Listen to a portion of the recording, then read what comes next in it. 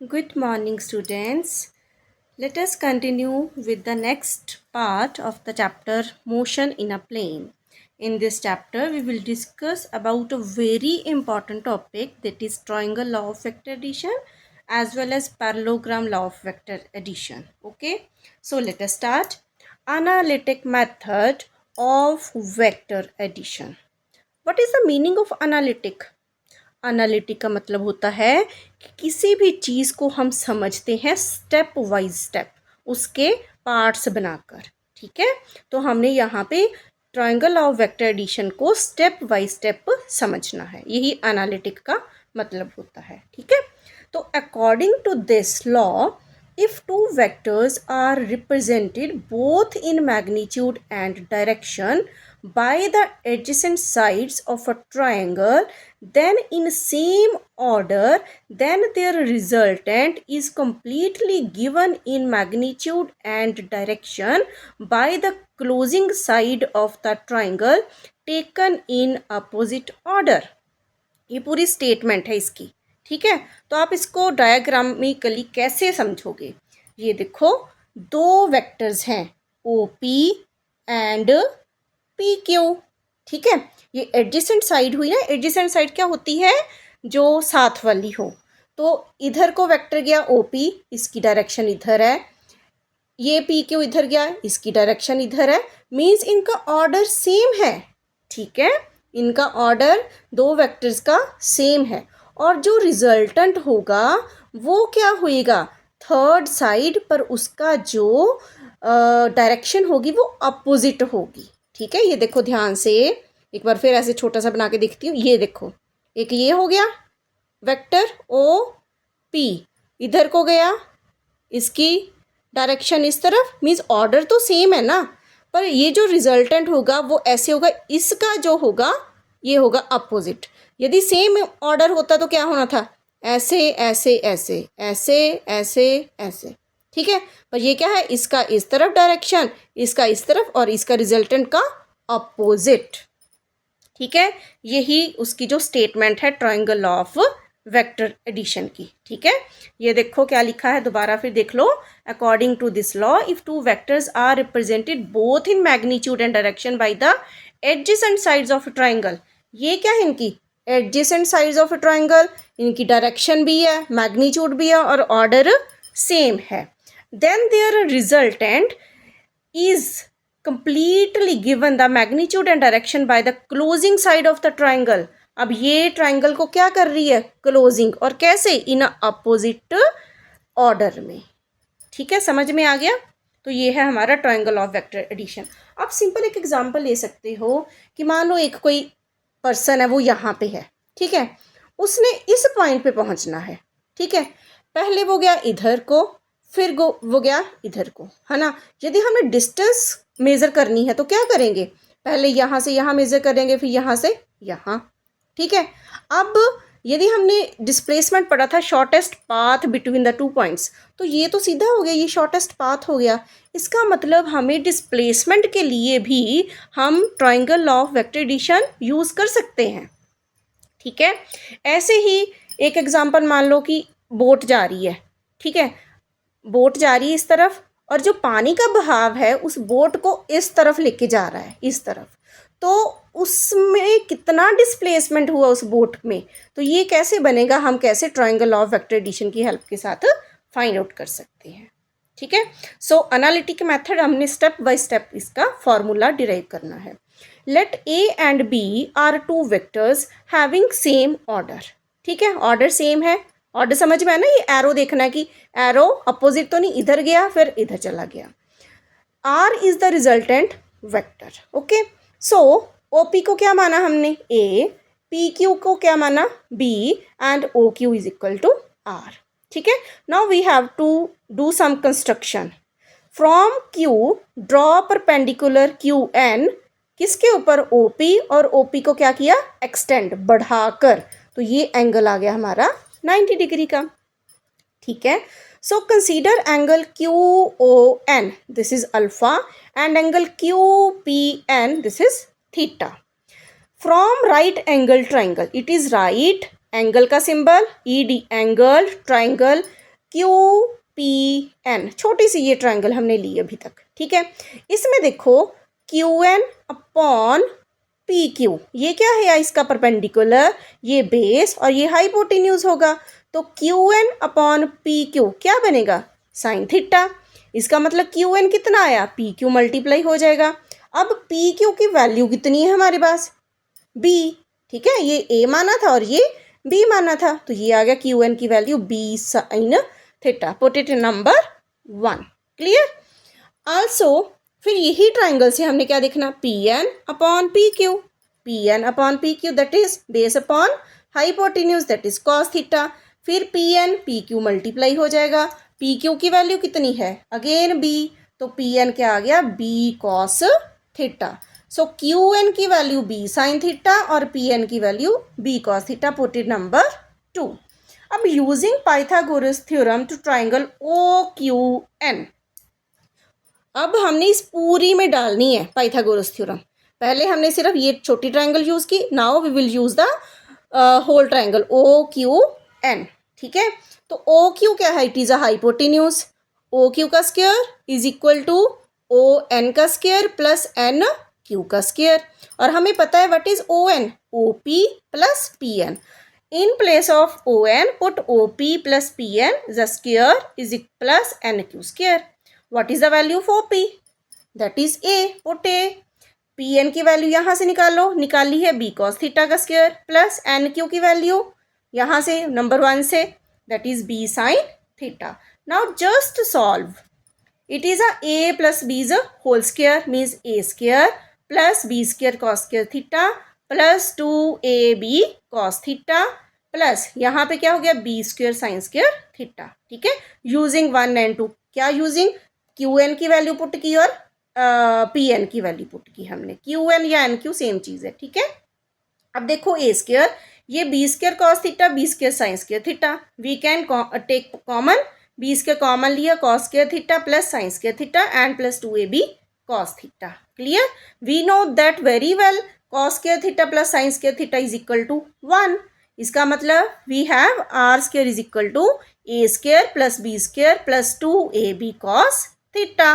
तो आर कितना हुआ, ये जो स्क्वेयर है इधर जाके क्या बन गया, स्क्वेयर रूट। तो ये बेसिक फॉर्मूला है आर रिजल्टेंट का, A square plus B square plus 2AB cos theta, ठीक है।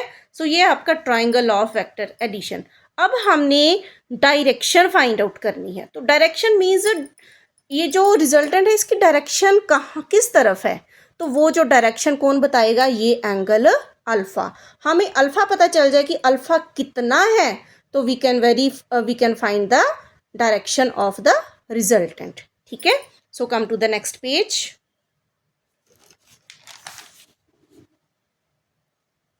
ठीक है, ये देखो direction of R, let the resultant R make an angle alpha with the direction of vector ए।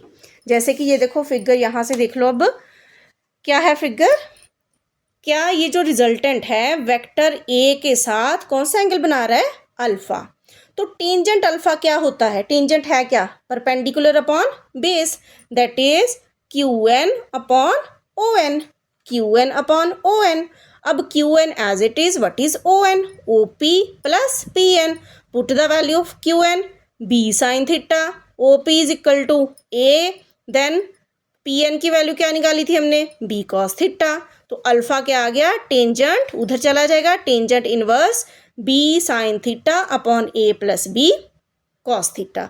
हमारे पास ए की वैल्यू भी होगी, वी की वैल्यू भी होगी, थीटा की वैल्यू भी होगी, तो वो सारी वैल्यू पुट करके हमारे पास जो एंगल आएगा अल्फा, वो बताएगा कि हमारा जो रिजल्टेंट है वो किस तरफ है, या इस तरफ है या इस तरफ है या इस तरफ है, उस अल्फा एंगल से हमें पता चलेगा। समझ में आया बच्चे। तो ये था आपका triangle law of vector addition. Now come to the next one, parallelogram law of vector addition. ये भी सेम उसी की तरह ही है, ठीक है ना, सेम ऐसे ही यूज़ किया जाता है जैसे मैंने आपको डिस्प्लेसमेंट का एग्जांपल दिया था, ठीक है। तो ज़्यादा डिफरेंस नहीं है, इजी है, ध्यान से समझना इसको भी, ठीक है।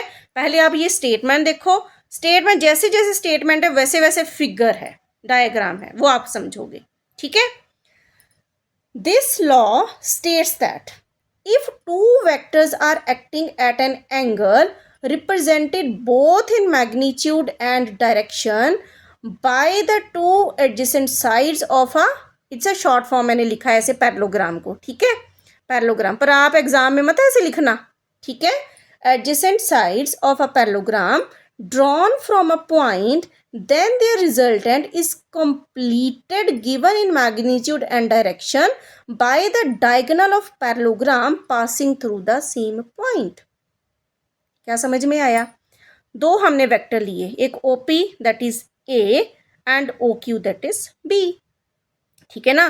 कोई ऑब्जेक्ट है, इधर को भी जा रही है फिर इधर को भी जा रही है, ठीक है ना. ये उसका क्या पोजीशन वेक्टर होता है ना.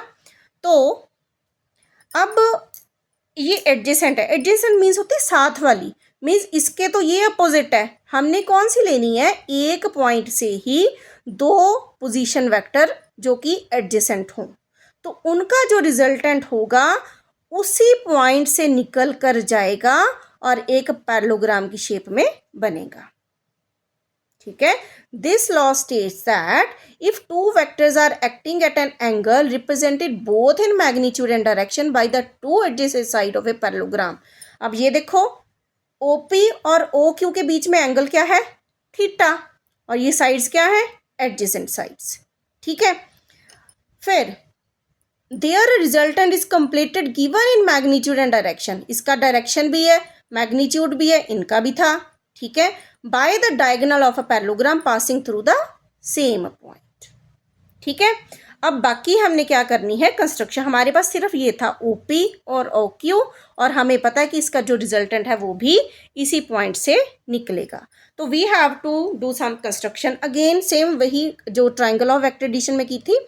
S से परपेंडिकुलर ड्रॉ किया, SN perpendicular to OP extended.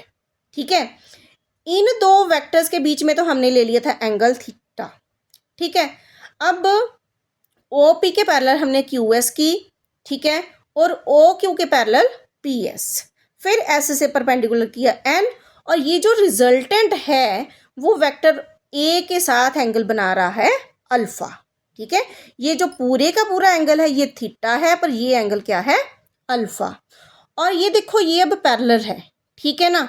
ये पैरेलल साइड्स हैं और इसको ये इंटरसेक्ट कर रही है. इसका मतलब यदि ये एंगल थीटा है तो ये भी थीटा होगा, कॉरस्पॉन्डिंग एंगल. ठीक है. यही चीज़ें अब हमने लिखी यहाँ पे. Let A and B be two vectors inclined to each other at angle theta. OP को क्या माना, A, OQ is equal to B and OS is the resultant that is OS is equal to R. Clear. अब ये देखो ज़्यादा difficult नहीं है, easily हो जाएगा. Now draw PS parallel OQ. जैसे कि मैंने आपको पहले ही बता दिया कि PS किसके पैरेलल निकालना, OQ के, और QS पैरेलल OP के. Then draw SN perpendicular to OP extended. यही चीज़ें यहाँ पे लिखी गई हैं. अब एंगल QOP एंड SPN. ठीक है. ये क्या है, थीटा. ये देख लो QOP एंड SPN, ये क्या है, theta, corresponding angle. Now from right angle triangle SPN. अब ये देखो ट्राइंगल कौन सी है, SPN.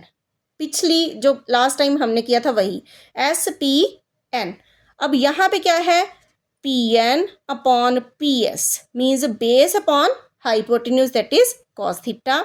सो यहाँ से PN की वैल्यू निकालोगे, PN is equal to PS cos theta. What is PS, that is B. अब ये यदि ये B है तो ये भी B होगा, यदि ये A है तो ये भी A होगा. ठीक है ना. तो PN क्या आ गया, B cos theta, that is number 1. Then SN upon PS, SN upon PS, that is perpendicular upon hypotenuse. It is a sin theta. So what is SN? PS multiply sin theta. So what is PS? PS is a B. Okay. तो B sin theta put in number 2. In right angle triangle SON. अब हमने ये वाली triangle लेनी पूरी SON. ठीक है. S ये पूरा यहाँ तक तो पूरा ट्राइंगल ऑफ वेक्टर एडिशन है SON. ठीक है. OS का square Pythagoras theorem, O N plus N S. O N की जगह क्या लिखोगे, O P plus P N. उसके बाद you have to put the values. O P की वैल्यू क्या है, ए, पी एन की वैल्यू यहाँ से निकाली थी B cos theta, N S की वैल्यू क्या निकाली थी यहाँ पे, एन एस या S N B sine theta. ठीक है, ओपन करो, A square plus B square cos square theta plus 2ab cos theta plus B square sine square theta. So A square यहाँ से और यहाँ से एक बी स्क्र कॉमन है, तो we will put cos square theta plus sine square theta plus 2ab cos theta. तो we know this is the it's value is 1, so a square plus b square plus 2ab cos theta, that is r is equal to square root of a square plus b square plus 2ab cos theta। तो same ये कैसा है, जैसे triangle of vector addition की तरह ही है। ठीक है, यहाँ पे हमने सिर्फ एक पैरेललोग्राम ड्रॉ करनी है कि ये जो दो साइड्स है एडजेसेंट साइड्स है पैरेललोग्राम की। ठीक है, अब हमने फिर इसकी डायरेक्शन निकालनी है। Direction means we have to find the value of alpha. ठीक है, अल्फा निकालना है हमने। सेम वैसे ही let resultant vector R makes an angle alpha with the vector OP that is A। ठीक है, ये जो रिजल्टेंट है क्या बना रहा है, एंगल अल्फा बना रहा है। ठीक है, इन ट्राइंगल SON, फिर हमने ट्राइंगल तो यही लेनी SON। इसमें क्या है, SN upon ON, perpendicular upon base क्या होता है, टेंजेंट अल्फा होता है ना। तो SN अपॉन, अब ON क्या है, OP प्लस PN। ठीक है, put the value of SN B sine theta, OP की वैल्यू A, PN की वैल्यू बी कॉस थीटा। तो अल्फा क्या आ जाएगा हमारा, tangent inverse B sine theta upon A plus B cos theta. Same वही, ये देखो अल्फा, इसमें भी triangle of vector addition same यही फॉर्मूला ना, tangent inverse B sine theta upon A plus B cos theta. यहाँ तक तो बिल्कुल सेम है। ठीक है, अब बाकी क्या केसेस हैं इसमें अलग अलग, वो थोड़े से आपने याद करने हैं, एमसीक्यू में भी आ सकते हैं, वो कैसे भी आ सकते हैं। ठीक है, so come to the next page. यहाँ तक बच्चे आपको कोई भी दिक्कत है तो आप बेझिझक मेरे से पूछ सकते हो। So there are some special cases. एक सेकेंड, क्या हो गया अभी, ये देखो special case. When two vectors, बच्चे एक सेकेंड रुकना। So special case when two vectors are acting along same direction, ये हमने स्टार्टिंग में भी किया था जब हमने वेक्टर्स किए थे ना, इक्वल वेक्टर अनइक्वल वेक्टर, वो केसेस यहाँ पे आएंगे, बहुत इजी है। When two vectors are acting along same direction, when two vectors acting along same direction, तो थीटा जीरो होगा, नेचुरली है। एक वेक्टर इधर जा रहा है दूसरा भी इधर जा रहा है, तो इनके बीच में एंगल क्या बनेगा, जीरो ही बनेगा ना। तो theta is equal to zero. Theta zero है तो मीन साइन जीरो, जीरो हमें पता होना चाहिए। ठीक है ना, एक टेबल होता है वो याद कर लो अच्छे से, और कॉस जीरो की वैल्यू 1 होती है। इसका मतलब जो रिजल्टेंट का फॉर्मूला क्या था, A square plus B square plus 2ab, क्या था, कॉस थीटा था ना। कॉस थीटा, थीटा के लिए हमने 0, तो थीटा कॉस जीरो की वैल्यू 1 आ गई। ठीक है, फ्रॉम इक्वेशन 3। तो A square plus B square plus 2ab क्या होता है, ए प्लस बी का होल स्क्र, तो अंडर रूट खत्म हो जाएगा, स्क्र और स्क्र रूट कट जाएगा, तो रिजल्टेंट क्या आ गया, ए प्लस बी। सिंपली कि एक वेक्टर इधर जा रहा है दूसरा भी उधर जा रहा है, और रिजल्टेंट क्या होएगा, ए प्लस बी। क्लियर। तो इसके लिए डायरेक्शन ढूंढनी है अल्फा। अब डायरेक्शन ए की तरफ जा रहा है, ठीक है ना, तो क्या होगा, अल्फा की वैल्यू क्या थी, tangent inverse B sine theta upon A plus B cos theta, put the value of theta 0, sine 0 0, यदि ये 0 है तो ये सारी टर्म 0 और ये भी 0 बन जाएगी। इट मीन्स अल्फा की वैल्यू क्या होगी, 0। तो ये एमसीक्यू में ऐसे क्वेश्चन आते हैं कि जब दो vectors, the two vectors, when two vectors are acting along a same direction, then what is the value of theta and what is the value of angle alpha which shows the direction, that is 0। Clear. Next, sorry, when two vectors act in opposite direction, अब naturally एक इधर को जा रहा है एक इधर को जा रहा है, तो इनके बीच में एंगल क्या बनेगा, 180 डिग्री, है ना। तो साइन 180 कितना होता है, ये याद रखना है, साइन 0 0, साइन 180 भी 0, कॉस 0 1 और कॉस 180 -1। सो रिजल्टेंट क्या आएगा, A square plus B square plus 2ab cos 180, cos 180 क्या है, -1, तो ये क्या बन जाएगा, A square plus B square -2ab। ठीक है, तो ये क्या बन जाएगा, a माइनस बी का होल स्क्वायर, और square root cancel, r is equal to a minus B. इसका मतलब जब रिजल्टेंट अपोजिट डायरेक्शन में होते हैं तो रिजल्टेंट क्या होएगा, a माइनस बी। अब फिर देख लो एंगल, टेंजेंट अल्फा जो डायरेक्शन है b sine 180 upon a plus B cos 180। अब साइन 180 हमें पता 0 है, तो ये सारी की सारी टर्म 0 बन जाएगी। मीन्स इस केस में भी अल्फा क्या होगा, 0 डिग्री। समझ में आया बच्चे, ध्यान से समझना इसको, ठीक है, इंपॉर्टेंट है ये। Next third, when the two vectors act perpendicular to each other then theta is equal to 90 degree. कि मीन्स बिल्कुल ही एक इधर को जा रहा है और एक ऐसे ऊपर को जा रहा है, तो ये क्या है 90 डिग्री, थीटा क्या है 90। उस केस में रिजल्टेंट क्या होगा, तो रिजल्टेंट क्या है, A square plus B square plus 2ab cos 90, और वी नो दैट कॉस 90 क्या है 0 होता है और साइन 90 होता है 1, तो ये टर्म तो 0 बन जाएगी, तो A square plus B square, तो R is equal to under root of A square plus B square, तो ये हमारा ए होगा, ये बी होगा, ये बिल्कुल ऐसे होगा 90 डिग्री। ठीक है, तो इसमें रिजल्टेंट क्या आ जाएगा, under root of A square plus B square. अब इसमें फिर डायरेक्शन देख लो, अल्फा क्या हो गया, B sign 90 upon A plus B cos 90।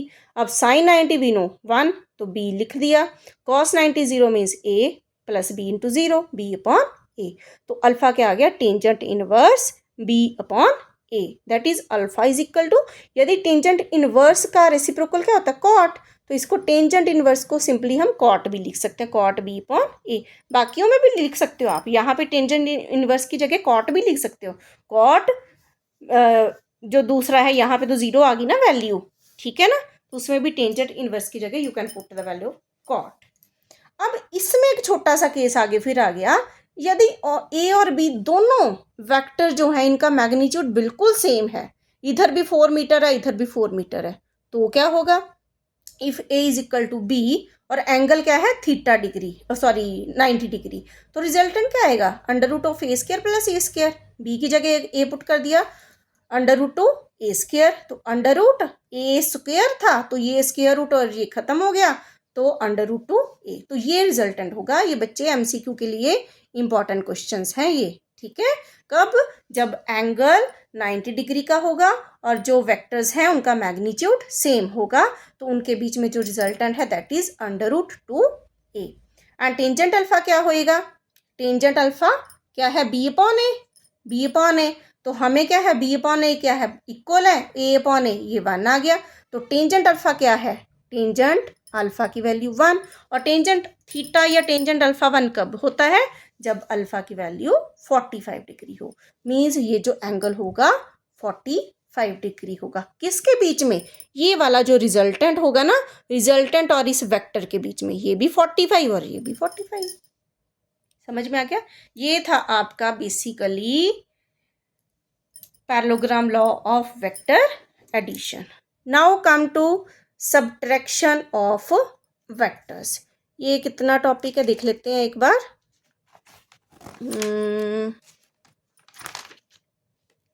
थोड़ा सा ही है ना, इसको हम नेक्स्ट क्लास में करेंगे, ठीक है। अब के आप यही करो, triangle of vector addition and parallelogram law of vector addition.